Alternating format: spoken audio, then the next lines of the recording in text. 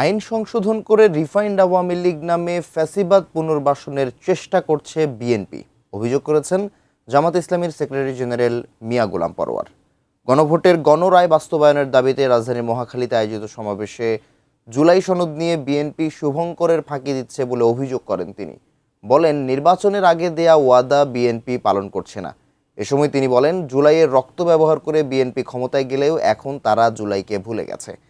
জুলাই সনদ বাস্তবায়ন করতে সরকারকে আহ্বান জানানোর পাশাপাশি গোলাম পরোয়ার নতুন করে কেউ ফ্যাসিজম কায়েম করতে চাইলে তাদের কবর রচনা করতে নেতাকর্মীদের সজাগ থাকার নির্দেশনা দেন। এ সময় জুলাই যোদ্ধাদের প্রতি হামলা বন্ধ করতে সরকারের প্রতি আহ্বান জানান বক্তারা। দোষরদেরকে আপনি আদালত থেকে জামিন দিচ্ছেন, রাজনীতি করছেন, নির্বাচনে অংশ নেবে আইন সংশোধন করে।